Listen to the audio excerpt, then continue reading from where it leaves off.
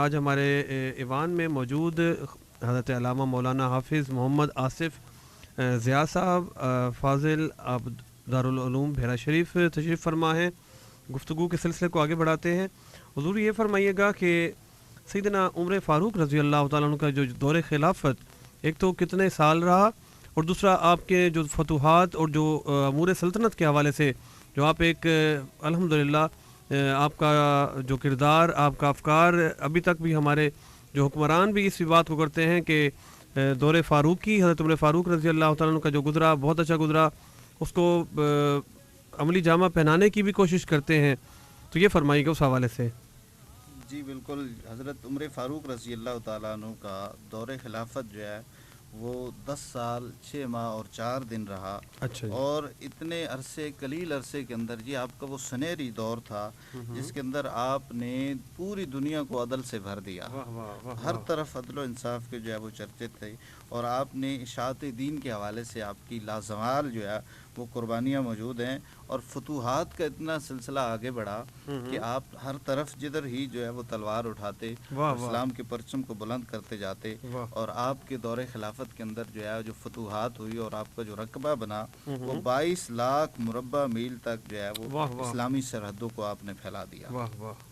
آپ کی شان کے حوالے سے بے شمار مواقع پر حضور نبی کریم صلی اللہ علیہ وسلم نے یا مختلف آپ کی شان اور فضیلت کو بیان فرمایا کہ عمر ایسی شخصیت ہیں الحق کو ینطق علی لسان عمر کی زبان پہ ہمیشہ حق کے علاوہ کوئی اور چیز ہوتی نہیں ہے. ہمیشہ عمر کی زبان پہ حق ہی بولتا ہے. اور آپ نے جہاں آپ نے یہ پوچھا ہے کہ آپ کی حکومت اور آپ کی سلطنت, میں یہاں پہ یہ بھی عرض کروں کہ عمر کی حکومت صرف جو ہے وہ رعایا پر نہیں تھی بلکہ آپ کی حکومت عناصر اربع پر بھی تھی. عناصر اربع, ہوا پر بھی آپ کی حکومت تھی, مٹی کے اوپر بھی آپ کی حکومت تھی, آگ کے اوپر بھی آپ کی حکومت تھی اور پانی کے اوپر بھی آپ کی حکومت تھی. اب ٹائم نہیں ہے اس کو اگر میں تھوڑا ٹچ دیتا چلوں کہ جو ہے وہ مٹی پر کس طرح حکومت تھی. آپ نے زمین کو خطاب نہیں کیا تھا کہ زمین تو ہل رہی ہے, زلزلہ کر رہی ہے, عمر تیرے اوپر کیا عدل نہیں کر رہا. تو حکومت تھی تو اس نے بات مانی اور پھر وہ رک گئی زلزلے سے. اسی طرح ایک جگہ پہ آگ لگی ہوئی تھی, آپ نے اپنا رومال بھیجا اور فرمایا کہ میرا رومال آگ کے حوالے کرو. جب وہ رومال دیا گیا تو وہ آگ رک گئی. پھر ہوا کے اوپر حکومت کیسی تھی, آپ مسجد نبوی میں ممبر پہ بیٹھ کے خطبہ دے رہے تھے اور نہاوند کے مقام پر ایک لشکر لڑ رہا تھا مسلمانوں اور کافروں کے درمیان. جب مسلمانوں کا گھیرا تنگ ہو گیا, آپ نے مسجد نبوی میں بیٹھ کر جو ہے اس لشکر کو اللہ نے دکھایا آپ کو اور آپ نے دیکھ کر یہاں سے خطاب کیا کہ یا ساریۃ الجبل, اے ساریہ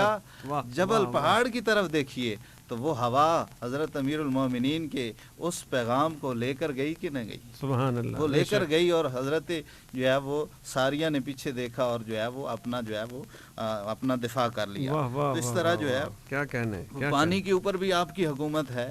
وہ دریائے نیل جو ہے رک گیا تھا کہ یہ رسم ہے. آپ نے کہا, آپ نے وہ لکھ کے روکا دیا تھا اور آپ نے کہا تھا کہ عمر کا پیغام اس کو دے دو کہ اگر وہ اللہ کی رضا کے لیے اللہ کے حکم کے مطابق چل رہا ہے تو ہمیں جو ہے اس طرح چاہیے, اگر وہ رسم کے لیے ہے تو پھر اس کے پانی کی ضرورت نہیں ہے.